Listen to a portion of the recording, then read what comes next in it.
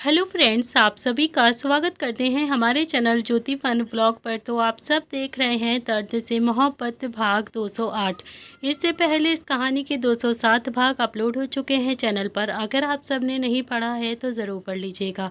तो चलिए देखते हैं अब तक आप सब ने पढ़ा था।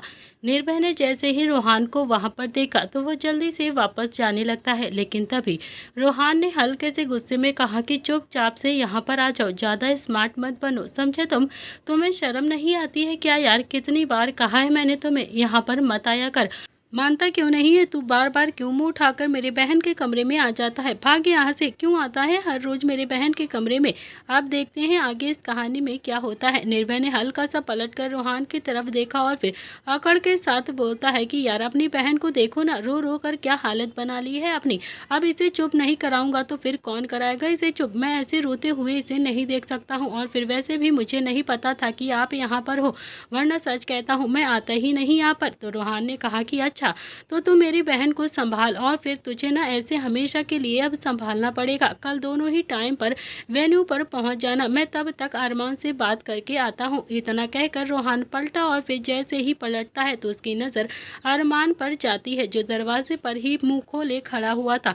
सब कुछ सुन चुका था। सबने अरमान को थोड़ा सा हैरानी से देखा तो सबकी आंखें एकदम से बड़ी हो गई थी। अरमान भी काफ़ी ज़्यादा गुस्से में निर्भय की तरफ बढ़ रहा था, लेकिन उससे पहले ही रोहान बीच में आ जाता है। उसने अरमान को संभालते हुए प्यार से कहा कि यार पागल हो गया है क्या तू? हमारी बहन का होने वाला पति है वो, और फिर तू उस पर अपना हाथ उठाएगा? ऐसा बिल्कुल भी नहीं करना है तुझे। अरमान ने भी दांत पीसते हुए कहा कि तो फिर क्या मैं इसकी आरती उतारूं? इसे शर्म नहीं आई भाई? इसने निशी का फायदा उठाया है। फायदा? ये सुनकर तो निशी हल्का हल्का सा रोने लगती है और फिर निर्भय ने भी निशी को प्यार से अपने गले लगा लिया। निर्भय को इस वक्त अरमान पर बहुत ही ज्यादा गुस्सा भी आ रहा था। उसने भी अपनी बात को रखते हुए फिर से कहा कि जो बोलना है ना मुझे बोलो, लेकिन हाँ प्लीज़। मेरी निशी की आंखों में आंसू आ गए तो फिर मैं भी बहुत ज़्यादा गुस्सा हो जाऊंगा। मैं भी बर्दाश्त नहीं करूंगा। बहुत हो गया है, कुछ गलत नहीं किया है हम दोनों ही एक दूसरे से प्यार करते हैं। नहीं कंट्रोल हुआ तो फिर क्या करें? एक दूसरे के करीब आ गए हम लोग, इसमें क्या गलती है? इसका मतलब ये नहीं है कि मैंने निशी का फ़ायदा उठा लिया है या फिर मैं निशी को हमेशा के लिए धोखा दे रहा हूँ। फ़ायदा तो तब उठाता जब निशी को इस हालत में छोड़कर कहीं भाग जाता, लेकिन मैं कहीं भी भाग नहीं रहा हूँ, बल्कि उसके साथ शादी कर रहा हूँ। उसका हमेशा साथ दूंगा। अरमान गुस्से में निर्भय की तरफ और बढ़ता तो रोहान ने एक बार फिर से अरमान को पीछे से ढकेलते हुए कहा कि यार प्लीज़ शांत हो जाना तू, बाहर मम्मी पापा भी होंगे, उन्हें अगर पता चल गया ना तो सब एकदम से गड़बड़ हो जाएगी। और फिर मैं तेरे हाथ जोड़ता हूँ, प्लीज़ प्लीज़ अरमान शांत हो जाओ यार। मैं नहीं चाहता हूँ कि दोनों ही फैमिली के बीच में ऐसे कोई भी लड़ाई हो जाए। अरमान ने भी अब रोहान को हल्का सा धक्का दिया और फिर थोड़ा सा गुस्से में बोलता है कि तो क्या चाहते हो आप कि इसकी करतूत सबसे छुप जाए, किसी को पता ना चले? क्या चाहते क्या हो आपकी? किसी को भी ना पता चले इसके बारे में इसने क्या किया है निशी के साथ? अरे मैं भी तो अंशिका से प्यार करता था ना, हम दोनों भी तो रोज मिलते थे, लेकिन कभी भी हम दोनों ने हद पार नहीं करी। और इसे देखो, इससे कंट्रोल ही नहीं हुआ। कितने बेशर्मों की तरह ये बात आराम से बोल भी रहा है ये। तो रोहान ने थोड़ी सी गुस्से में अरमान की बाजू पकड़ी और फिर उसे खींचता हुआ दरवाजे तक लेकर आता है और फिर उसने उस कमरे का दरवाजा बंद किया और फिर अरमान की बाजू पकड़कर सीधा दीवार से लगाते हुए हल्के से गुस्से से कहा कि अरमान प्लीज मेरी बातों को सुनो और ध्यान से सुनो। तुम नहीं जानते हो, लेकिन सचादेवा फैमिली और प्रताप फैमिली किसी जमाने में एक दूसरे के बहुत बड़े दुश्मन थे। दोनों ही एक दूसरे से बदला लेना चाहते थे। पापा और तेरे पापा एक दूसरे की शक्ल तक नहीं देखना चाहते थे, लेकिन आज सब कुछ ठीक हो गया है। दोनों ही फैमिली में बहुत ज़्यादा प्यार और विश्वास है और फिर अब मैं नहीं चाहता हूँ कि ये रिश्ता बिगड़ जाए। कुछ भी नहीं होगा, कुछ भी नहीं, किसी को भी कुछ नहीं पता चलेगा। हम सब मिलकर निशी और निर्भय की शादी कर देंगे और फिर ये बात यहीं पर दब जाएगी। किसी को भी कुछ नहीं पता चलेगा और ना ही दोनों परिवारों के बीच में दूरियां आएंगी। निर्भय बिल्कुल सही कह रहा है। वो धोखा तो तब देता ना कि जब वो निशी को छोड़कर हमेशा के लिए भाग जाता, लेकिन वो निशी को छोड़कर कहीं भी नहीं जा रहा है। तुम्हें लगता है कि निशी को निर्भय से अच्छा लड़का कहीं मिल सकता है? निर्भय से निशी भी बहुत ज़्यादा प्यार करती है। अगर वो मिल जाएगा ना तो फिर आज के आज ही मैं अपने भाई को लेकर यहाँ से चला जाऊँगा। अरमान रोहान को बहुत ज़्यादा गुस्सा आ रहा था। उसने रोहान की बाजू थोड़ा सा झटकते हुए गुस्से से कहा कि क्या बात है, क्या बात है, आ गई ना बात खून पर, आ गए ना आप अपने भाई पर। मैं और निशी तो तुम्हारे सगे भाई नहीं है ना, और ना ही निशी तुम्हारी सगी बहन है, इसीलिए हमारी तरफदारी क्यों करोगे भाई, क्यों करोगे आप हमारी तरफदारी? निर्भय की करोगी ना, क्योंकि आखिरकार है तो वो आपका बुआ का लड़का ही। ये सुनकर तो रोहान को और भी ज़्यादा गुस्सा आ गया और फिर उसने खींचकर एक थप्पड़ अरमान के गाल पर जड़ दिया और अरमान का चेहरा एक तरफ हो जाता है। निशी और निर्भय दोनों की ही आंखें हैरानी से फैल गई थी और मुंह खुला का खुला रह गया। रोहान ने अरमान की बाजू को पकड़कर उसे दीवार से लगाते हुए गुस्से से कहा कि दोबारा बोल, क्या कहा तूने, क्या कहा तूने, बोल दोबारा। अगर मैं तुझे अपना भाई नहीं समझता ना तो फिर अपनी फूल सी बहन तुझे देता क्या? कभी भी तेरी शादी अंशिका से नहीं कर पाता। अगर मैं तुझे अपना भाई नहीं समझता तो प्रताप हाउस के सामने घर नहीं खरीदता, समझा तू? बोल दोबारा कि तूने अभी क्या बोला है। इतना कहकर रोहान ने बहुत ही गुस्से में अरमान को जोर से झटक दिया और फिर इतने में ही निर्भय जल्दी से अरमान के सामने आता है और फिर अपने हाथ जोड़कर बहुत ही रिक्वेस्ट भरी आवाज़ में बोलता है कि अरमान प्लीज़ मेरी बातों को सुनो। वो बहुत ज़्यादा कमज़ोर वक्त था, उस वक्त मैं नहीं रोक पाया खुद को, मैं बहुत बड़ी गलती कर बैठा। मैं मानता हूँ कि गलती मेरी है, तुम ही बताओ कि अब मैं क्या करूँ, क्या सज़ा मिलनी चाहिए मुझे? तुम मुझे जो कुछ सज़ा दोगे मैं एक्सेप्ट कर लूँगा, लेकिन इन सब में निशी को रोते हुए मैं नहीं देख सकता हूँ। मैं निशी की आंखों में आंसू बिल्कुल भी बर्दाश्त नहीं कर सकता हूँ, प्लीज़ अरमान। अरमान का दिमाग भी अब पूरी तरह से खराब हो चुका था और फिर होता भी क्यों नहीं, ये सब कुछ जानकर किसी के भी भाई का दिमाग खराब हो सकता था और फिर अरमान का भी अब एकदम से दिमाग खराब हो चुका था। उसने भी काफ़ी ज़्यादा गुस्से में निर्भय को घूर कर देखा और कहा कि जब तेरी निशी से सगाई करती थी तो फिर तुझसे सब्र नहीं हुआ क्या? मेरी बहन की जिंदगी खराब करके रख दी है तूने, बहुत बदतमीज है तू, समझा तू? निर्भय फिर से नर्म आवाज़ में बोलता है कि जिंदगी खराब नहीं करी है मैंने अरमान, उसकी मुझसे गलती हुई है, गलती, और फिर मैं अपनी गलती सुधारना भी तो चाहता हूँ, इसीलिए तो कल के कल ही शादी कर रहा हूँ निशी के साथ। मैं नहीं चाहता हूँ कि किसी भी फैमिली को कुछ भी पता चले या फिर हमारी फैमिली में जरा सी भी दूरियां आए। अरमान निर्भय को देखकर दहाड़ते हुए बोलता है, तुझे लगता है कि मैं अब अपनी बहन की शादी तुझसे करूंगा? कभी नहीं करूंगा। और ये सुनते ही रोहान को एकदम से गुस्सा आ गया था और फिर उसने एक बार फिर से अरमान की गुस्से से बाजू पकड़ी और फिर उसे अपनी तरफ घुमाकर फिर से दांत पीसते हुए कहा कि यार प्लीज, उससे क्या बात कर रहा है तू? मुझसे बात कर, मुझसे बात कर। क्या क्या प्रॉब्लम क्या है तेरी? बता बता मुझे क्या प्रॉब्लम है, क्या सोल्यूशन है तेरे पास इस बात का? बता मुझे। निशी प्रेग्नेंट हो चुकी है, क्या करेगा तू? अबॉर्ट कराएगा उसके बेबी को? बता मुझे क्या करवाएगा तू? घर वालों को जाकर सब कुछ सच बताएगा? दो परिवारों के बीच में लड़ाई करवाएगा क्या? कैसा भाई है तू? निर्भय पिछले 15 दिन से इधर उधर भटक रहा है, बहुत ज़्यादा परेशान है ताकि कोई उसकी शादी करा दे। वो हर किसी से बात भी कर चुका है लेकिन घर वाले नहीं मान रहे, उसकी शादी कोई कराने को तैयार नहीं है। निर्भय खुद बहुत ज़्यादा परेशान है, उसके बावजूद भी उसने निशी का साथ नहीं छोड़ा, उसका हमेशा सपोर्ट किया है, उसे अबॉर्ट कराने की सलाह तक नहीं दी उसने, बल्कि उसके साथ डट कर खड़ा रहा। और फिर तू है जो उसकी प्रॉब्लम को और बढ़ा रहा है, उनकी सिचुएशन को समझना नहीं चाहता है। तो प्रॉब्लम क्या है तेरी भाई? बता मुझे, क्या चाहता क्या है तू? यही कि सचादेवा फैमिली और प्रताप फैमिली के बीच में फिर से लड़ाई हो जाए, दोनों के बीच में दूरियां आ जाए? बता मुझे क्या चाहता है तू? यही चाहता है क्या?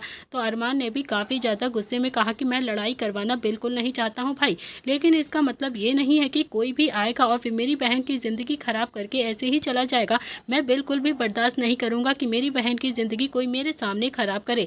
इस बार निर्भय को भी गुस्सा आ गया था और फिर उसने भी अरमान की बाजू पकड़कर उसे अपनी तरफ घुमाया और फिर गुस्से से दमदमाता हुआ बोलता है कि यार ज़िंदगी ख़राब करके चला गया का मतलब क्या होता है? मैंने क्या तुम्हारी बहन की ज़िंदगी ख़राब करी है? बोलो कहाँ चला गया हूँ, कहाँ भाग गया हूँ मैं तुम्हारी बहन को छोड़कर? अरमान ने भी अब निर्भय के गले को पकड़ लिया था और फिर उसे दीवार से लगाते हुए कहा कि हाँ हाँ की है तुमने मेरी बहन की ज़िंदगी ख़राब, तुमने मेरी बहन की ज़िंदगी ख़राब करी है, समझा तू? अगर इतना ही खानदानी के होते ना तो फिर क्यों आए थे मेरी बहन के करीब, क्यों आए थे, क्यों किया तुमने उसे प्रेग्नेंट? अपनी गलती को गलती नहीं मान रहे हो तुम और फिर ऊपर से अकड़ कर दिखा रहे हो, मुझे अकड़ दिखा रहे हो। तो रोहान ने एक बार फिर से अरमान को पीछे से पकड़ा और उसे ढकेलते हुए गुस्से से बोलता है कि अरमान अरमान छोड़ दे उसे, अरमान प्लीज़, उसकी गलती नहीं है यार, अरमान छोड़ उसे, क्यों मार रहा है तू उसे, पागल हो गया है क्या तू? लेकिन अरमान उसे इस वक्त तो बहुत ही ज़्यादा गुस्सा आ रहा था, उसे तो ऐसा लग रहा था कि जैसे अभी के अभी वो निर्भय की जान ही ले लेगा। ये सब कुछ सुनकर उसे अपने गुस्से पर कंट्रोल नहीं हो रहा था, उसे बहुत ही ज़्यादा गुस्सा आ रहा था इस वक्त निर्भय के ऊपर। तो अरमान अभी कुछ और रिएक्ट करता उससे पहले ही उस कमरे का दरवाज़ा बजने लगता है और फिर जैसे ही दरवाज़ा बजा तीनों ही एकदम से अलर्ट हो जाते हैं। रोहान ने निर्भय को छुपाने का इशारा किया और फिर निर्भय सीधा वॉशरूम के अंदर घुस जाता है और निशी ने भी अपने आंसुओं को जल्दी से पूछ लिया था।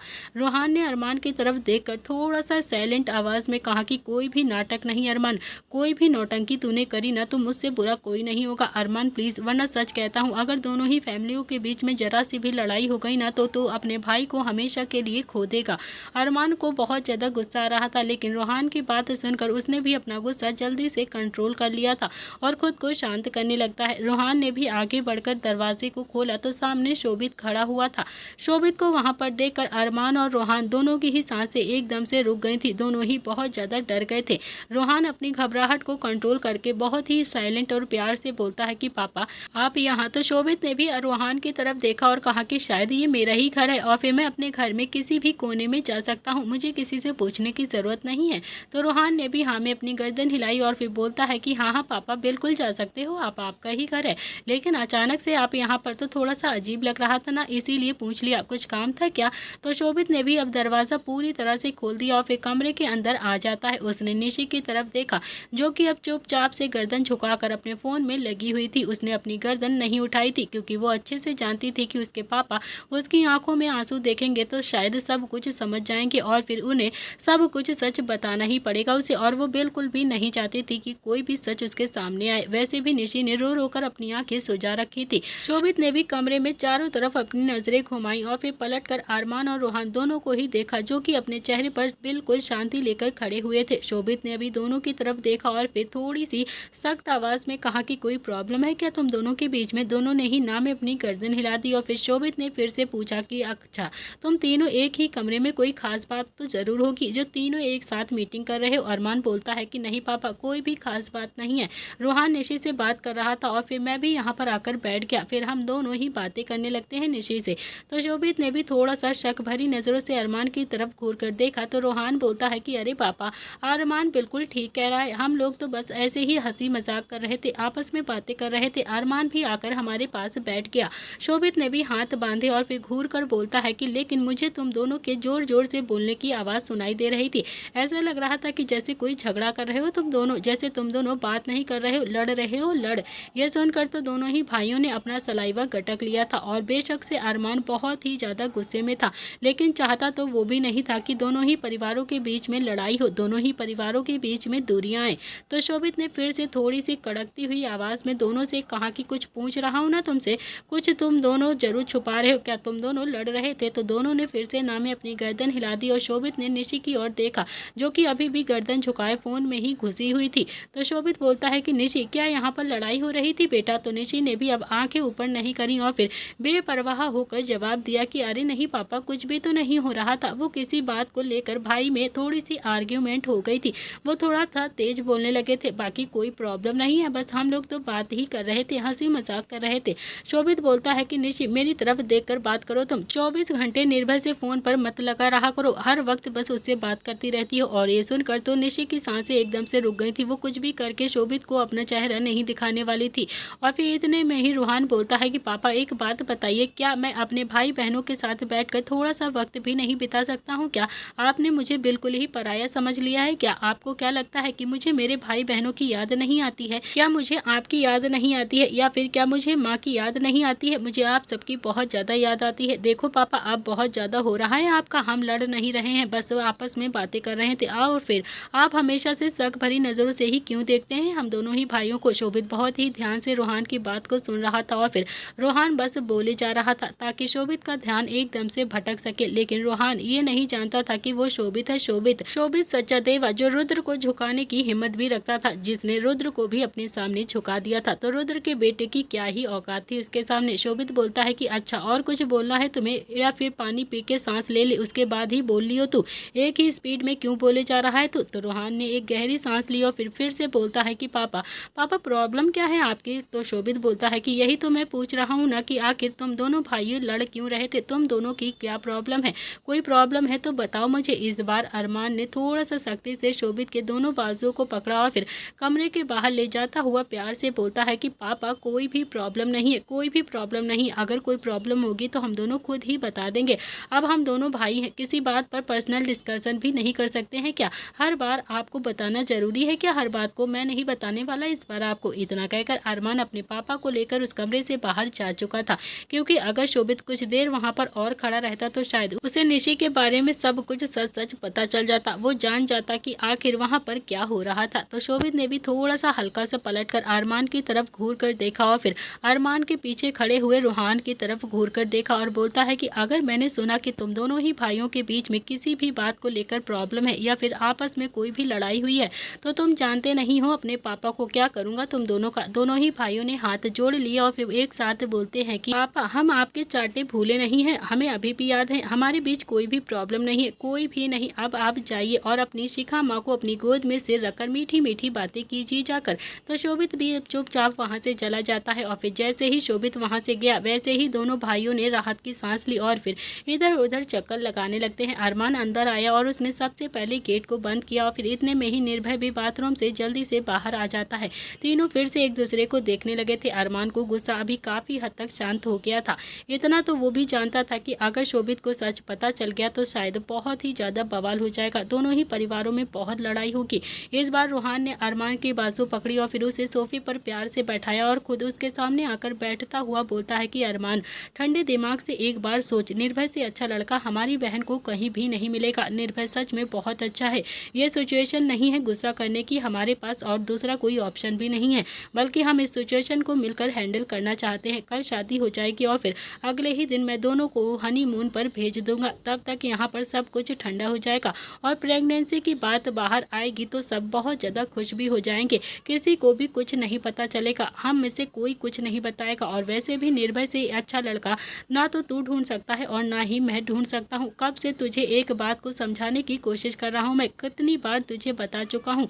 कोई और लड़का होता तो शायद अब तक हमारी बहन को छोड़कर जा चुका होता, भाग जाता। वो ऐसी सिचुएशन देकर उस पर सारा इल्जाम डाल चुका होता, लेकिन निर्भय ने ऐसा कुछ भी नहीं किया है। वो डट कर निशी के साथ खड़ा हुआ है, उसका सपोर्ट कर रहा है। तू समझ रहा है ना कि मैं क्या कह रहा हूँ। तो अरमान ने भी हल्की सी हाँ में अपनी गर्दन हिलाई और फिर रूहान ने अरमान के हाथ को पकड़ा और फिर उसे हल्का सा दबाते हुए प्यार से कहा कि और हाँ एक बात और, मैं तेरा भी भाई हूँ, बल्कि तेरा भाई पहले हूँ। और आज के बाद ये बिल्कुल भी मत कहना कि मैं बंदरों की टुकड़ी को तुझसे ज्यादा भाई मानता हूँ, समझा। तू मेरा भाई था और मेरा भाई ही रहेगा। जितना मैं इन कुत्तों को प्यार करता हूँ ना, उससे कहीं ज्यादा मैं तुझसे प्यार करता हूँ। इतना कहकर रूहान ने अरमान को प्यार से अपने गले लगा लिया और फिर अरमान ने भी रूहान को कसकर गले लगा लिया। दोनों ही भाई हल्का सा इमोशनल हो गए थे। तो फाइनली अब रूहान की समझदारी की वजह से एक और बखेड़ा खड़ा होने से बच गया था। अरमान भी अब रूहान की बातों से सहमत था। रूहान ने फिर से निर्भय की तरफ देखते हुए कहा कि अब तू जा यहाँ से, हम संभाल लेंगे अपनी बहन को, और हाँ जाकर शादी की तैयारी कर, समझा तू। तो निर्भय ने भी हाँ में अपनी गर्दन हिलाई और फिर निशी के पास गया। उसने निशी के माथे को प्यार से चूम कर कहा कि फिक्र मत करो, अब तुम्हारे भाई तुम्हारे साथ हैं, तुम्हें डरने की कोई जरूरत नहीं। और फिर मेरा भाई तो मेरे साथ हमेशा ही रहेगा, सब कुछ ठीक हो जाएगा, कोई प्रॉब्लम नहीं होगी। निशी ने भी हाँ में अपनी गर्दन हिला दी और फिर निर्भय एक बार फिर से निशी को प्यार से गले लगाता है और फिर हल्का सा रब करके सीधा बालकनी से बाहर की तरफ चला जाता है। उसके जाते ही अरमान बोलता है कि सबसे पहले तो अब मैं इस बालकनी को ही बंद करवाऊंगा। तो रूहान को तो एकदम से हंसी आ गई थी और फिर वो बोलता है कि यार अब क्या फायदा, अब तो कल इन दोनों की शादी हो जाएगी ना। तो अरमान ने भी अब निशी की तरफ देखा तो निशी ने भी शर्मिंदगी के साथ अपना सिर नीचे झुका लिया और अरमान बोलता है कि अब क्यों शर्मिंदा हो रही हो तुम, उस वक्त होना चाहिए था ना तुम्हें। तो निशी की आंखों में हल्का हल्का सा पानी आ गया था और फिर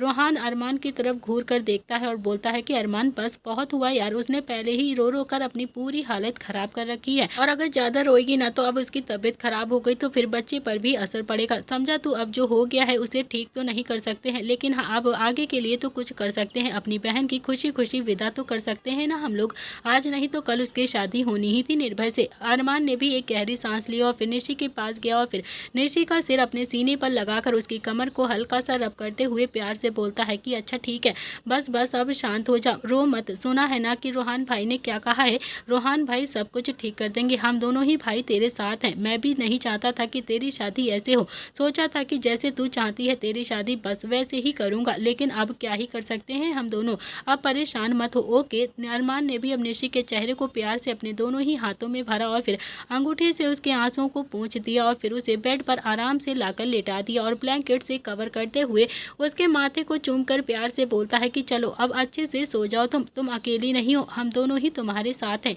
निशी ने भी हाँ में अपनी गर्दन हिलाई और फिर अपनी आंखें बंद कर ली। रूहान ने अपने दोनों हाथ अरमान की तरफ जोड़ लिए और फिर हल्का सा झुक गया और बोलता है कि प्लीज़ कल सब कुछ संभाल लेना, खासकर पापा और माँ को, उन दोनों को संभालना बहुत ही ज़्यादा मुश्किल होता है यार। तो अरमान बोलता है कि कोशिश तो पूरी करूँगा उन दोनों को संभालने की, लेकिन कल शाम के बाद जो होने वाला है ना उसे शायद कोई भी नहीं संभाल पाएगा भाई। तो रोहान एकदम से उसकी तरफ देखकर बोलता है कि यार मैं निव्यांश से बात करता हूँ, वो हमारी हेल्प जरूर करेगा। इतना कहकर रोहान उस कमरे से बाहर चला जाता है और फिर अगले 20 मिनट में रोहान प्रताप हाउस के बैक साइड पर आ चुका था और बंदरों की टुकड़ी भी वहीं पर थी। सबके हाथ में बियर की बोतल थी, सब एक एक घूंट ले रहे थे। निव्यांश थोड़े से गुस्से में निर्भय को घूर रहा था और निर्भय जो एकदम से बोलता है कि यार हो गया हो तो अब सब कुछ मुझे एक एक करके ऐसे ही टॉर्चर करोगे क्या, सब ऐसे ही घूरोगे क्या। तो निव्यांश बोलता है कि साले टॉर्चर नहीं कर रहे हैं तुझे, लेकिन यार ये कोई तरीका नहीं है, इस घर में तो एक भी शादी ढंग से नहीं होगी, एक भी शादी ढंग की नहीं हुई है यार। तो रोहान बोलता है कि यार अब जो हो गया है सो हो गया है, कल सब टाइम पर पहुंच जाना वेन्यू पर, सब लोग अपना अपना इंतजाम कर लेना, 2-3 घंटे की ही तो बात है, एक बार फेरे हो गए ना तो फिर कोई भी कुछ नहीं कर पाएगा। आखिरकार अब सारे भाइयों ने ये डिसाइड कर ही लिया था कि वो कल ही निर्भय और निशी की शादी करवा देंगे, कल ही उन दोनों की शादी होकर वो लोग हनीमून पर चले जाएंगे। रोहान जब अपने कमरे में आया तो रूही अभी आराम से सो रही थी। रोहान भी रूही के पास आकर लेट गया और तभी रूही ने आंखें खोली और फिर रोहान को देखकर धीरे से बोलती है कि सच में कल शादी है। तो रोहान के चेहरे पर हल्की सी मुस्कुराहट आ गई थी और फिर वो रूही की तरफ देखकर बोलता है कि हाँ कल शादी है और तुम भी टाइम पर पहुंच जाना, तो संकल्प और सिया के साथ आ जाना ओके, क्योंकि मुझे तो पहले ही जाना पड़ेगा। रूही की आंखों में हल्के हल्के से आंसू बहने लगे थे, लेकिन रोहान ने एक बार फिर से उसके आंसुओं को इग्नोर कर दिया और फिर फाइनली रूही को कल तो पता चल ही जाता कि आखिर उसकी क्या गलती थी और वे उसकी सारी गलतियों का रियलाइज उसे कल होने वाला था। अगली सुबह बंदरों की टुकड़ी नाश्ता कर रही थी, लेकिन जल्दी जल्दी सब खा रहे थे क्योंकि सबको अब वेन्यू पर पहुंचना था, वहां जाकर सबको तैयारियां भी देखनी थी और फिर सब अपने अपने काम में बिजी भी हो जाते। बेशक से वाना सेना को इस शादी के बारे में कुछ भी नहीं पता था, लेकिन वो लोग भी शादी पूरी तरीके से करवाने वाले थे। आज ही हल्दी, आज ही मेहंदी और आज ही सारे फेरे होने वाले थे। निर्भय भी जल्दी से खाना खा तो रहा था, लेकिन उसे बहुत ज्यादा डर लग रहा था, उसके दिल की धड़कनें तेज तेज से भाग रही थी। डर के साथ साथ उसे थोड़ा सा बुरा भी लग रहा था कि उसे बिल्कुल अच्छे से पता था कि उसकी माँ की शादी को लेकर बहुत ज्यादा अरमान थे। उसकी माँ बहुत अच्छे से उसकी शादी करना चाहती थी, लेकिन उसके गदर विवाह की वजह से ये सब कुछ गुड़ गोबर हो गया था, सारी चीजें बेकार हो गई थी। संकल्प भी अब जल्दी जल्दी से ठूंस रहा था। निव्यांश ने संकल्प को घूर कर देखा और इशारों में ही कहता है कि साले ठूंस क्यों रहा है, ठीक से खाना खा लेना। तो संकल्प भी अब ठीक से खाना खाने लगा था और तभी नील जो कि अभी सिटिंग एरिया में बैठा हुआ था, उसने भी अपना पेपर फोल्ड किया और फिर सीधा डाइनिंग टेबल पर आकर बैठ जाता है और फिर उसने बंदरों की टुकड़ी की तरफ देखा और फिर वानर सेना की तरफ देखकर बोलता है कि क्या बात है, आज तो तुम लोग 8 बजे ही नाश्ता करने लगे, जबकि तुम्हारी माँ तुम्हें बुला बुला के थक जाती है, पागल हो जाती है तुम्हारी माँ हर रोज तुम लोगों को सुबह बुलाते बुलाते, लेकिन तुम लोग 10 बजे से पहले कमरे से कहाँ निकलते हो, एक बार भी नहीं निकल कर देखते हो कि आखिर माँ क्यों बुला रही हो। आज तो तुम लोग ऑफिस भी जल्दी जाना चाहते हो, क्या बात क्या है। बंदरों की टुकड़ी ने भी एक साथ अपनी मुंडी उठाई और फिर नील की तरफ देखकर एक साथ बोलते हैं कि बड़ी पापा आज हम ऑफिस नहीं जाएंगे। और ये सुनकर तो सब बहुत ही ज्यादा हैरानी से बंदरों की टुकड़ी की तरफ देखने लगते हैं। संकल्प और निर्भय तो बहुत ही ज्यादा डर रहे थे, कहीं उनकी चोरी पकड़ी ना जाए, कहीं उनके पापा ने उन्हें पकड़ लिया तो फिर क्या ही हाल करेंगे उनका। इतने में ही रुद्र अभी थोड़ा सा अकड़ के साथ बंदरों की टुकड़ी को देखकर बोलता है कि क्यों क्यों आज क्या है, किसकी बारात आ रही है जो तुम लोग आज ऑफिस नहीं जाओगे, आज क्या खास वजह है जो तुम लोग ऑफिस नहीं जा रहे, चुपचाप से ऑफिस चले जाओ, समझे तुम।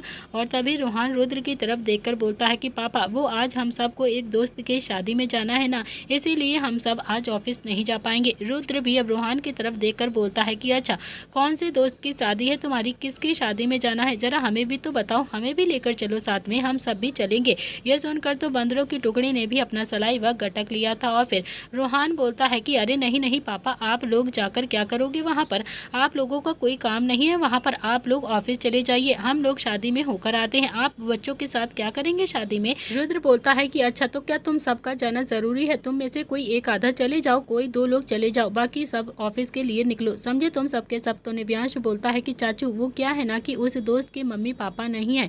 और ये सुनकर तो निर्भय को एकदम से खांसी आ गई थी और मन ही मन वो उसे गालियां देने लगता है। संकल्प उसकी कमर पर हल्के से 2 मुक्के मारने लगता है और तभी निर्भय ने संकल्प की तरफ घूर कर देखा और फिर मन ही मन बड़बड़ाते हुए बोलता है कि साले कुत्तों, मेरे माँ बाप को जिंदा ही मार दोगे क्या। और फिर संकल्प की तरफ देखकर बोलता है कि साले आराम से मार, आराम आराम से, इतना क्यों तेज तेज मार रहा है तू मुझे? तो संकल्प ने भी और तेज मार कर कहा कि साले तू अपने कांड तो देख कैसे किए हैं बेटा। अगर आज भांडा फूट गया ना तो फिर जो पिटाई होगी ना हमें भी नहीं पता है। वैसे भी वानर सेना हम सब पर हाथ साफ करने के बहाने ढूंढती है, समझा तू? तो नील ने भी अब बंदरों की टुकड़ी की तरफ देखा और कहा कि अच्छा तो उनके मम्मी पापा नहीं है, फिर तो हम सबका जाना वहाँ पर और भी ज्यादा जरूरी है। उसे अपने माँ बाप की कमी महसूस नहीं होगी।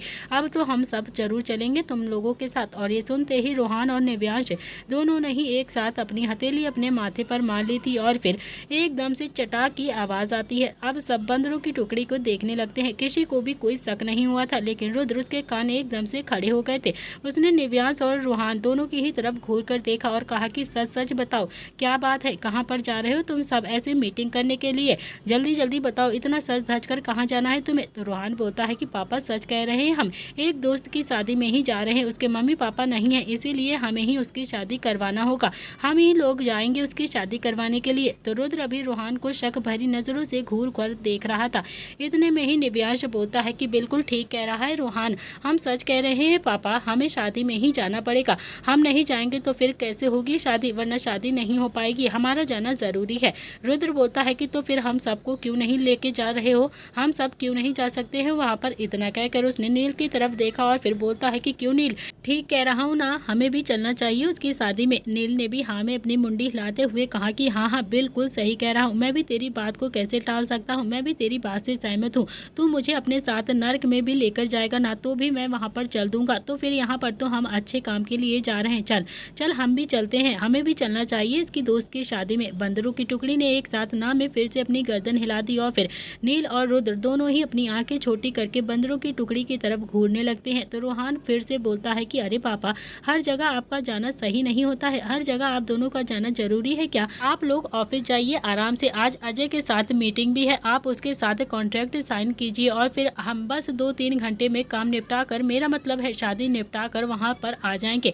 आपको फिक्र करने की जरूरत नहीं है, हम जल्दी से जाएंगे और जल्दी से आ जाएंगे, आप लोग ऑफिस जाइए। तो रुद्र का शक अब और भी ज्यादा बढ़ गया था और फिर वो उसे देखकर बोलता है कि रोहान कोई बात है तो बता दो मुझे, कोई प्रॉब्लम है तो बता दो, अभी के अभी हम साथ में फेस कर लेंगे, हम साथ में ही प्रॉब्लम को सॉल्व करेंगे। ये सुनकर तो निर्भय एकदम से खांसता है और फिर मन ही मन बड़बड़ाते हुए बोलता है कि फेस नहीं करोगे, मेरा तबला बजा दोगे आप लोग? तो निव्यांश बोलता है कि कोई प्रॉब्लम नहीं है चाचू, आपको ऐसा क्यों लगता है कि हम सब भाई प्रॉब्लम ही क्रिएट करते हैं? हम लोग कोई ना कोई प्रॉब्लम किया करते हैं, ऐसा कुछ भी नहीं है। रुद्र बोलता है कि तो फिर सही सही बताओ ना कि क्या बात है, कहाँ पर जा रहे हो तुम लोग इतना बंठन के?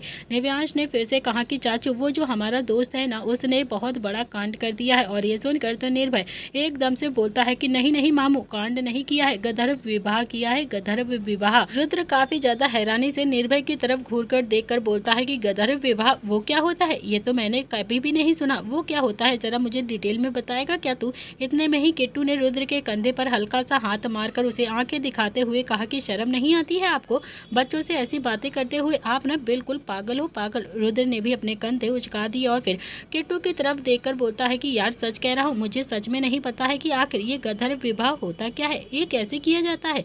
अगले ही पल किट्टू ने मोबाइल उठाया और फिर उसमें कुछ सर्च करके रुद्र की तरफ हाथ बढ़ा दिया। रुद्र ने जैसे ही वो पढ़ा, उसकी आंखें तो हैरानी से फैल गई थी और मुंह खुला का खुला रह गया। और फिर अगले ही पल उसने किट्टू की तरफ देखा और फिर एक मीठी सी मुस्कुराहट पास करी और फिर उसे वो पल एकदम से याद आ गया था कि जब किट्टू ने बहुत ज्यादा जिद करी थी रुद्र से, वन साइड स्टैंड का मतलब पूछा था, बार बार उसके पीछे पड़ी थी कि वन साइड स्टैंड का मतलब क्या होता है। रुद्र ने फिर से निर्भय की तरफ घूर कर देखा और कहा कि इसे गंधर्व विवाह नहीं कहते हैं, कांड ही कहते हैं, समझा तू? निर्भय ने तो अपना मुंह बना लिया था। तभी रुद्र बोलता है कि अब आगे बताओ। रोहान बोलता है कि पापा ये सब कुछ हो गया है तो अब हो ही गया है ना, अब वो जल्द से जल्द अपनी गर्लफ्रेंड से शादी करना चाहता है ताकि किसी को भी ये बात ना पता चले, ताकि उसका कांड छुप सके। इस बार निहाल ने एक एब्रो चढ़ाकर कहा कि निहाल के बोलने से अब बंदरों की टुकड़ी एक बार फिर से शांत हो गई थी। सब एक दूसरे का मुंह ताकने लगे थे। तभी निव्यांश अपने आप को हिम्मत देते हुए बोलता है कि अरे निहाल फूफा जी, जो हो गया सो हो गया, लेकिन अब तो उसे अपने किए पर बहुत ज्यादा पछतावा है ना, वो अपनी गलती को सुधारना चाहता है, तो वो इसीलिए उसके साथ शादी करवा देंगे हम लोग, उसकी शादी हो जाएगी तो सब कुछ ठीक हो जाएगा। निहाल ने भी अपने पराठे को बाइट खाते हुए कहा कि अच्छा, जैसे खुद हो ऐसे ही दोस्त भी पाल रखे हैं तुम लोगों ने, बदतमीज, बेअकल, बेबुद्धि, पता नहीं कहाँ से आते हैं ऐसे लड़के, पता नहीं किस खानदान से होगा वो लड़का जिसके अंदर बिल्कुल भी संस्कार नहीं है, बिल्कुल गधा है गधा, गधा कहीं का, पागल कहीं का। अरे अगर मेरा बेटा होता ना तो सच कहता हूँ फांसी चढ़ा देता मैं उसे। और ये सुनते ही बंदरों की टुकड़ी एक दूसरे का मुंह देखने लगती है और फिर निर्भय जो उसका तो जैसे बच्चे सा मुंह बन गया था वो मन ही मन बड़बड़ाने लगता है। तो संकल्प ने अभी निर्भय की तरफ देखा और फिर निहाल की तरफ देखकर कहता है कि फूफा जी कुछ ज्यादा ही नहीं बोल रहे हो आप, अब हो गई गलती, बच्चा ही तो है ना, अब क्या कर सकते हैं। तो निहाल बोलता है कि ओ छोटे शेर के बड़े शेर, तू ना चुपचाप ही बैठ, समझा तू, बच्चा ही तो है का मतलब क्या होता है, बच्चा नहीं है, बस मेरा मुंह मत खुलवा तू। ऐसे लड़के बिल्कुल भी अच्छे नहीं होते हैं, बहुत बदतमीज होते हैं, मैं बहुत कुछ बोल दूंगा अभी, समझा तू, लेकिन यहाँ पर सब हैं इसीलिए कह नहीं रहा हूँ कुछ, आया बड़ा, बच्चा ही तो है, बच्चा है, अगर बच्चा है तो फिर ऐसे काम ही क्यों करते हैं उल्टे सीधे। और फिर आप अपने कांड को छुपाने के लिए गदर विवाह का नाम दे दिया है, बदतमीज कहीं का, इतना होशियार है, देखो तो सही, गदर विवाह ये क्या होता है, चलो चले जाओ अब शादी में तुम लोग, कोई नहीं रोक रहा है तुम्हें। इतना कहकर निहाल अपना खाना खाने लगता है, लेकिन निर्भय का मुंह तो एकदम से लटक गया था और वो मन ही मन निहाल को न जाने क्या क्या बोले जा रहा था। फिर उसने नील की तरफ देखा तो फिर नील ने भी अब निर्भय के गाल पर हल्का सा हाथ लगाकर प्यार से कहा कि अरे चले जाओ ना, जहाँ जाना चाहते हो, कोई भी नहीं रोक रहा है तुम्हें, हम में से कोई भी नहीं आएगा, अब तुम लोग ही जाओ और शादी को निपटा कर ही आना, अपने दोस्त का समझा देना कि ऐसा काम बिल्कुल भी नहीं करते हैं, आगे से ऐसी गलती कभी भी ना करे। रोहान बोलता है कि हाँ हाँ मैंने अच्छे से समझा दिया है बड़े पापा, 2-4 मार भी दिए थे, आगे से ऐसा काम कभी नहीं करेगा वो। यह सुनकर तो रुद्र बोलता है कि अब जो करना था तो उसने कर ही दिया है, अब आगे से क्या ही करेगा, किसी और के साथ करेगा क्या, बल्कि अब तो उसकी शादी हो जाएगी ना। तो बंदरों की टुकड़ी ने अब एक साथ ना में अपनी गर्दन हिला दी और इतने में ही किट्टू रोहान की प्लेट में पराठा रखते हुए बोलती है कि वो सब कुछ छोड़ो, ये बताओ कि रूही नीचे क्यों नहीं आई, अभी तक वो नीचे क्यों नहीं आई, क्या रूही की तबीयत नहीं ठीक है क्या। तो रोहान ने एक नज़र अपने कमरे की तरफ देखा और फिर किट्टू की तरफ देखकर बोलता है कि माँ उसकी तबीयत ठीक नहीं है ना, आप फिक्र मत करो, बहुत जल्द ठीक हो जाएगी, अपने आप ही हो जाएगी, ज़्यादा हो तो खाना उसके कमरे में ही भिजवा देना। किट्टू बोलती है कि उसकी तबीयत ठीक नहीं है मतलब, मुझे बताना तो चाहिए ना, मैं देख कर आती हूँ उसकी तबीयत को, क्या हुआ है उसे। इतना कहकर किट्टू अब कमरे की तरफ जाने लगती है, तभी उससे पहले ही रोहान ने किट्टू का हाथ पकड़कर कहा कि माँ मत जाओ ना, वो आराम कर रही है, अभी सो रही होगी, मैंने उसे सुबह ही दवा दी है, तो अभी वो आराम से लेटी है, उसे आराम करने दो, वो खुद ही आ जाएगी, 1-2 घंटे नींद लेगी ना तो फिर अपने आप ही ठीक हो जाएगी। फिर किट्टू ने रोहान की तरफ देखा और फिर उसके दिमाग में तो कुछ और ही चल रहा था, लेकिन उसने रोहान से सबके सामने पूछना बिल्कुल भी ठीक नहीं समझा और फिर वो अपने काम में लग जाती है। किट्टू सीधा किचन में जाती है और अपना काम करने लगती है, बंदरों की टुकड़ी भी आराम से खाना खाने लगती है। इधर दूसरी तरफ अरमान ने अंशिका को सब कुछ सच सच बता दिया था और अंशिका जैसे जैसे अरमान की बातें सुन रही थी उसकी आंखें हैरानी से फैले जा रही थी, गुस्सा तो उसे भी हल्का हल्का से निर्भय के ऊपर आ रहा था। तभी अंशिका अरमान की तरफ देखकर बोलती है कि अरमान तुमने मुझे कल रात को क्यों नहीं बताया। अरमान बोलता है कि क्या बताता, तुम्हारे भाई के कांड को बताता कि तुम्हारे भाई ऐसे ऐसे कांड कर रहे हैं, वो भी मेरी ही बहन के साथ। अंशिका थोड़ा सा गुस्से में बोलती है कि कांड तो नहीं है अरमान, क्या करते, नहीं हुआ होगा कंट्रोल, अब क्या ही इस बात पर निर्भय को ताने मारोगे क्या, अब क्या ही हो सकता है ना, वो बस प्यार करते हैं एक दूसरे से, रोहान भाई ने जो डिसाइड किया है ना वो बिल्कुल सही है, वही सही है। अरमान इस बार थोड़ा सा भावुक होकर बोलता है कि तुम जानती हो निशी का बहुत ज़्यादा मन था कि उसकी शादी ऐसे हो वैसे हो, वहाँ पर हो यहाँ पर हो, लेकिन देखो सब कुछ गड़बड़ हो गया, सब कुछ गुड़ गोबर हो गया है, दोनों की गलती की वजह से अब कुछ भी नहीं हो पाएगा। अंशिका बोलती है कि मैं समझती हूँ अरमान, लेकिन सिचुएशन को तो देख, तो यही डिसीजन बिल्कुल सही है जो रोहान भाई ने लिया है, चलो अब हमें भी चलना चाहिए। अरमान अंशिका की तरफ देखकर बोलता है कि वो सब कुछ तो बिल्कुल ठीक है, लेकिन तुम पापा को जानती हो ना, पापा की नाक के नीचे से ये सब कुछ करना बहुत ही ज़्यादा मुश्किल है, अभी नीचे चलोगी ना तो 1000 सवाल पूछे जाएंगे। अंशिका अरमान की तरफ देखकर बोलती है कि एक काम करते हैं, हम पापा से बोल देंगे कि मेरी किसी फ्रेंड की शादी है, वहीं पर जा रहे हैं। अरमान भी अंशिका की तरफ बोलता है कि ठीक है, अगर तुम संभाल सकती हो तो संभाल लो, मुझे भी यही ठीक लग रहा है। फिर अंशिका अरमान की तरफ देखते बोलती है कि हाँ हाँ मैं संभाल लूँगी, वैसे भी पापा मुझसे ज़्यादा सवाल जवाब नहीं करेंगे, वो मुझे कुछ भी नहीं कहेंगे, मैं पहले नीचे जाऊँगी और फिर तुम पीछे पीछे से आ जाना। अरमान भी अंशिका की तरफ देखकर थोड़ा सा अपनी आंखें छोटे करके बोलता है कि हाँ हाँ तुम इस घर की लक्ष्मी हो ना, और फिर मैं इस घर का उल्लू हूँ, उल्लू जो सारे सवाल जवाब मुझसे ही होते हैं, तुमसे तो कोई कुछ कहता ही नहीं है। इतना कहकर अरमान थोड़ा सा चिढ़ता हुआ कमरे से बाहर चला गया और फिर उसके जाते ही अंशिका के चेहरे पर तो बड़ी सी मुस्कुराहट आ गई थी। अरमान थोड़ा सा मुंह बनाकर नीचे हॉल में आ गया था और फिर थोड़ी देर के बाद अंशिका, अरमान और निशी तीनों ही बहुत अच्छे से तैयार होकर डाइनिंग टेबल पर आकर बैठ गए थे। शिखा ने भी तीनों को देखा और फिर बहुत ही प्यार से कहा कि अच्छा तो तुम तीनों कहीं जा रहे हो क्या? तो अंशिका ने भी हाँ में अपनी गर्दन हिलाते हुए कहा कि हाँ माँ, वो मेरी एक सहेली की शादी है ना, वहीं पर जा रहे हैं। मैंने सोचा कि वहाँ पर जाते हैं, उससे मिल लूंगी तो थोड़ा मन अच्छा हो जाएगा। तो शोभित ने भी अब अपनी गर्दन घुमाई और तीनों की तरफ घूर कर देखा और फिर एकदम से बोलता है कि अरमान, तुम भी जा रहे हो क्या? तो अरमान ने भी अब शोभित की तरफ देखते हुए बोला कि मैं तो जाना ही नहीं चाहता था पापा, लेकिन अब अंशिका लेकर जाना चाहती है तो फिर जाना ही पड़ेगा ना। ये सुनकर तो अंशिका थोड़ा सा हैरान हो गई और वह एकदम से 90 डिग्री में अपनी गर्दन घुमाकर अरमान की तरफ घूर कर देखती है और फिर अरमान ने भी अपने कंधे उचका दिए थे, जैसे कहना चाहता हो कि मैंने तो पहले ही कहा था ना कि पापा को तुम संभालोगी, मैं नहीं संभालने वाला, अब संभालो अपने पापा को। अंशिका तो अभी शोभित की तरफ देखकर प्यार से बोलती है कि मैं और निशी अकेले नहीं जाना चाहते थे पापा, इसीलिए मैंने सोचा कि अरमान से कह देती हूँ, इसीलिए मैंने अरमान से कहा है कि वो भी मेरे साथ में चले, हम तीनों ही जाएंगे तो फिर टाइम से घर भी आ जाएंगे। तो शोभित बोलता है कि लेकिन आज तो ऑफिस भी जाना जरूरी है, जरूरी मीटिंग है अरमान, तो अरमान का वहाँ पर ज्यादा जरूरी है जाना। अब अंशिका को तो जैसे समझ में ही नहीं आ रहा था कि वो कैसे समझाए शोभित को, वो शोभित से अब क्या कहे। कुछ सोचकर अंशिका फिर से प्यार से बोलती है कि पापा 2-3 घंटे की ही तो बात है, उसके बाद अरमान एकदम से फ्री हो जाएंगे और फिर वो ऑफिस भी आ जाएंगे। शोभित ने एक नजर अरमान की तरफ ऊपर से नीचे तक घूर कर देखा और फिर बोलता है कि शादी कहाँ पर है।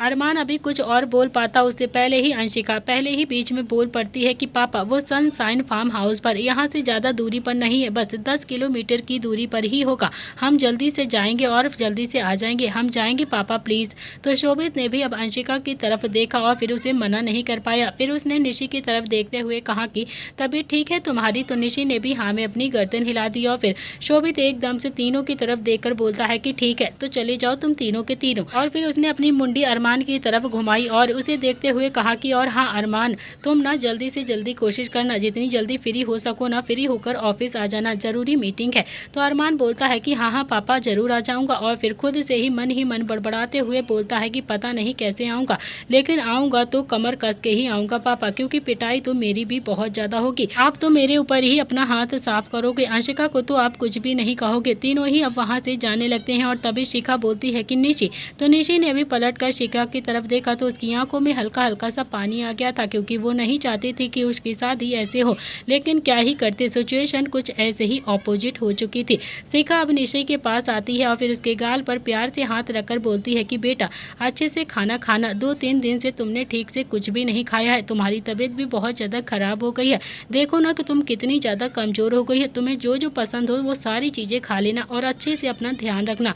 निशी ने भी अब अपनी माँ की तरफ देखा और हाँ में अपनी गर्दन हिलाई और फिर अचानक ही अपनी माँ को गले लगाकर आंखें बंद कर ली। शिखा ने अब निशी की कमर को हल्का सा रब करते हुए कहा कि निशी क्या हुआ है बेटा, मन नहीं है तुम्हारा जाने का? तो फिर मत जाओ ना, अंशिका और अरमान ही चले जाएंगे। तो निशी ने भी अब अपनी आंखें नहीं खोली थी, उसे अब बहुत ज़्यादा दर्द भी हो रहा था और फिर वो अपनी माँ की पकड़ पर बनाते हुए बोलती है कि अरे नहीं माँ, बाहर जाऊँगी तो थोड़ा सा अच्छा लगेगा, मुझे कोई प्रॉब्लम नहीं है, मैं जाऊँगी भाभी के साथ तो मुझे अच्छा लगेगा, मुझे जाना है। तो शिखा ने भी अपनी बेटी के चेहरे को अपने हाथों में प्यार से भरा और फिर उसके माथे को चूमकर बोलती है कि क्या हुआ है, बता मुझे, अगर कोई प्रॉब्लम है तो बेटा तू मुझे बता सकती है। निशी ने भी ना में अपनी गर्दन हिला दी और फिर अरमान और अंशिका दोनों ही थोड़े थोड़े से भावुक हो गए थे, लेकिन वो दोनों ही अब क्या करते, दोनों ही बहुत ज़्यादा मजबूर थे।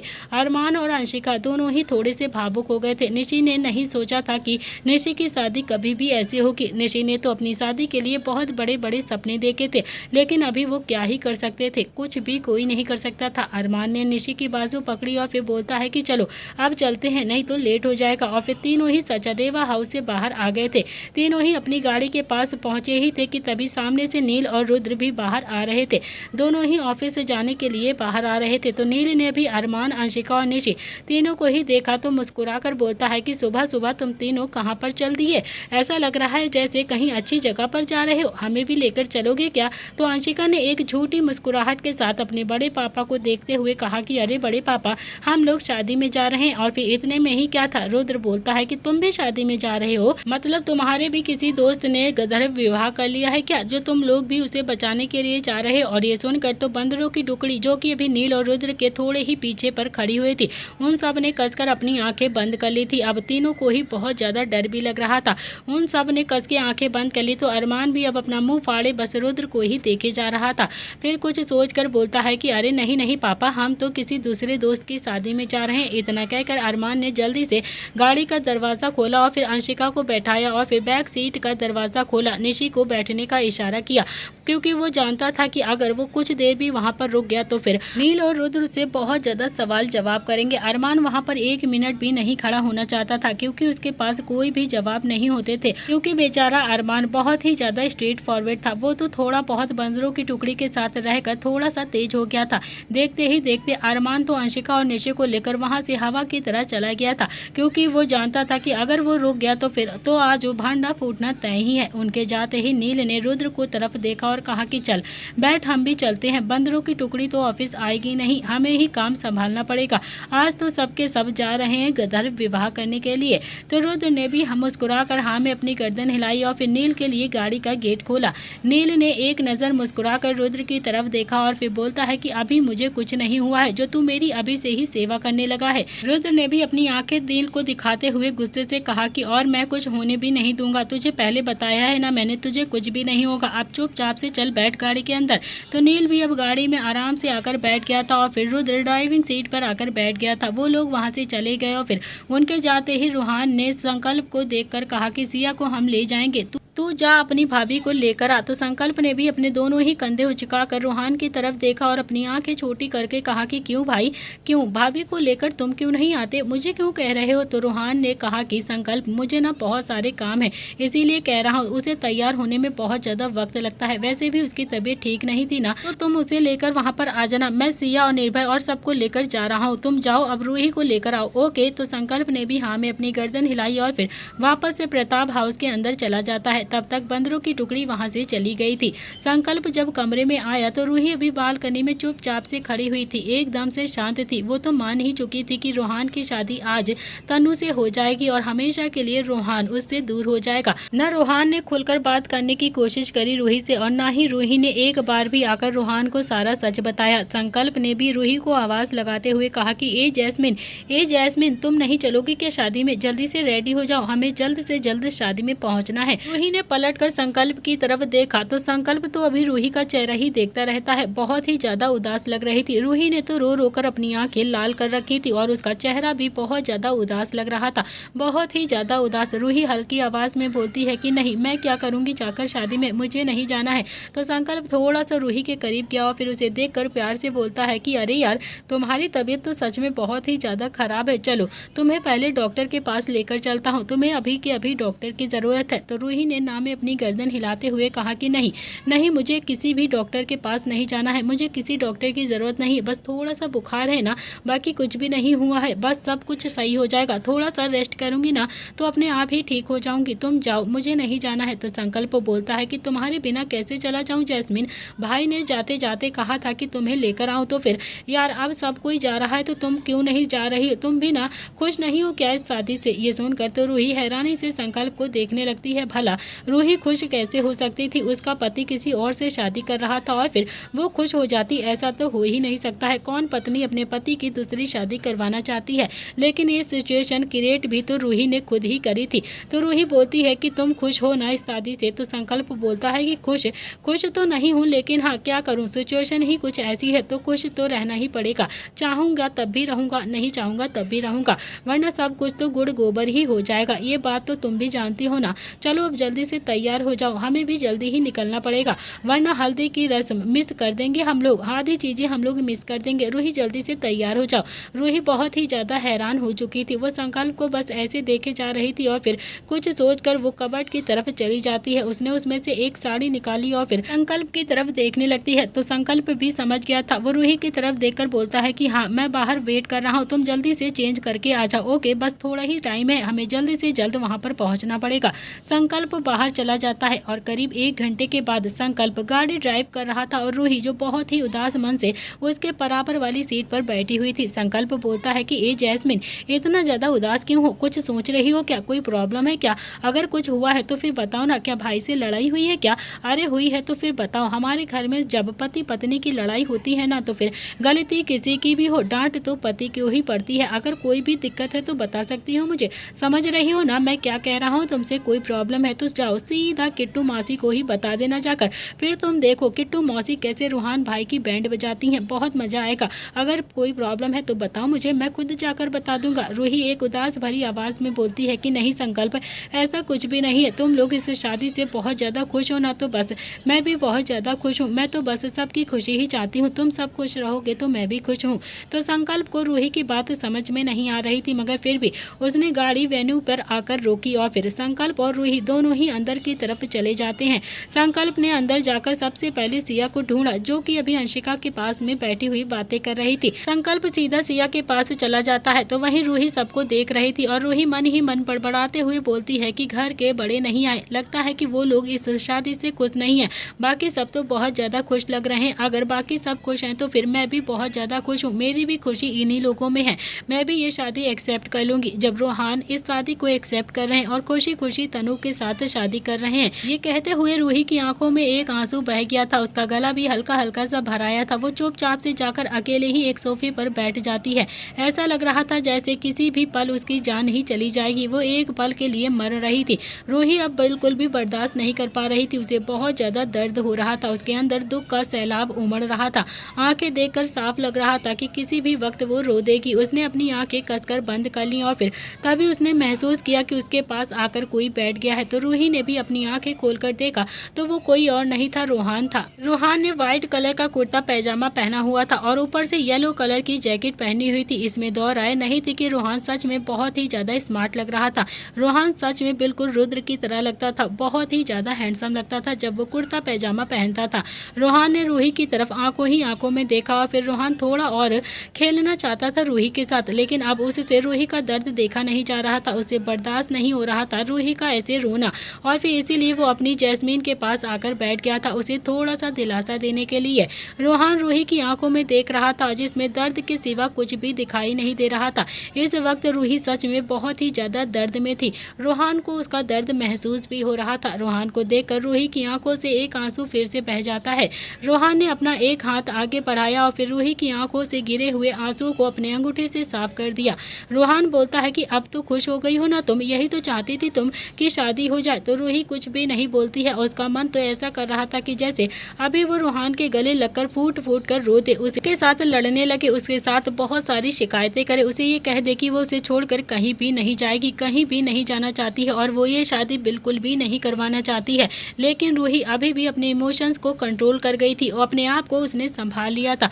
अभी भी उसके दिमाग में यही बातें घूम रही थी कि वो कभी भी रोहान के बच्चों को सुख नहीं दे पाएगी, वो कभी भी रोहान के बच्चे की माँ नहीं बन पाएगी, उसके नसीब में कभी भी माँ बनना नहीं लिखा है। तो रोहान फिर से रूही की तरफ देखकर बोलता है कि कुछ पूछ रहा हूँ ना तुमसे रूही, बताओ, जवाब दो मुझे। रूही, अब तो खुश हो ना तुम? तो रूही ने भी पूरी हिम्मत करके हल्की सी हाँ में अपनी गर्दन हिला दी थी और फिर रोहान को तो बहुत ही ज्यादा गुस्सा आ गया था रूही के ऊपर। उसने रूही की कमर पर अपना हाथ डालकर उसके सिर को अपने सीने से चिपका लिया और फिर रोहान का सपोर्ट पाते ही रूही से अब अपने आंसू कंट्रोल नहीं हुए और फिर उसने अपनी दोनों ही बाहें रोहान की कमर पर लपेट दी और फिर फूट फूट कर रोने लगती है। रोहान ने भी अपनी पकड़ रूही पर कसी हुई थी, ना रोहान कुछ बोल रहा था और ना ही रूही कुछ बोल रही थी। दोनों ही बस चुपचाप से एक दूसरे के गले लगे हुए बैठे हुए थे। रूही तो बोलने की हालत में ही नहीं थी और फिर थोड़ी देर के बाद रोहान बोलता है कि रो क्यों रही हो, तुम्हें तो खुश होना चाहिए ना, तुम्हारे मन की सारी बातें सच हो रही, तो अब तुम्हें किस बात पर रोना आ रहा है रूही? तो रूही ने भी अपना चेहरा उठाकर रोहान की तरफ नम आंखों से देखा तो रोहान ने भी रूही के आंसुओं को साफ करते हुए कहा कि अरे नहीं कर रहा हूँ मैं उस तनु के साथ शादी, उससे शादी करने से अच्छा है तो मैं जहर खाकर मर जाऊं। उस जहर को कौन झेलेगा यार, तुम क्या पागल हो गई हो क्या जो मैं उस तनु के साथ शादी करूंगा? इतनी भी समझ नहीं है कि मैं तुम्हें छोड़ने वाला नहीं हूँ, समझी तुम? मैं कभी भी तुम्हें छोड़कर किसी भी दूसरी लड़की से शादी नहीं करूंगा। तुम्हें समझ में नहीं आता है या फिर तुम्हें दिखाई नहीं देता है? तुम्हें लगता है कि मैं तुम्हें छोड़ दूंगा? तुम्हें लगता है कि मैं तुम्हें समझता नहीं हूँ? तुम्हें लगता है कि तुम मुझसे कुछ भी छुपाओगी तो फिर मुझे पता नहीं चलेगा? तुम्हें लगता है कि तुम चाहोगी कि मैं तुम्हें डाइवोर्स दे दूँ और मैं उस तन्वी से शादी कर लूँ? तो मैं उससे शादी कर लूँगा, मतलब उस लड़की से शादी कर लूँ जिसने मेरे बुरे वक्त में मेरा साथ छोड़ दिया था, और फिर उस लड़की को मैं छोड़ दूँ जिसने मुझे उस वक्त भी बचाया था जब मैं उस पर ठीक से विश्वास भी नहीं कर रहा था, जब मैं उससे ठीक से प्यार तक नहीं करता था।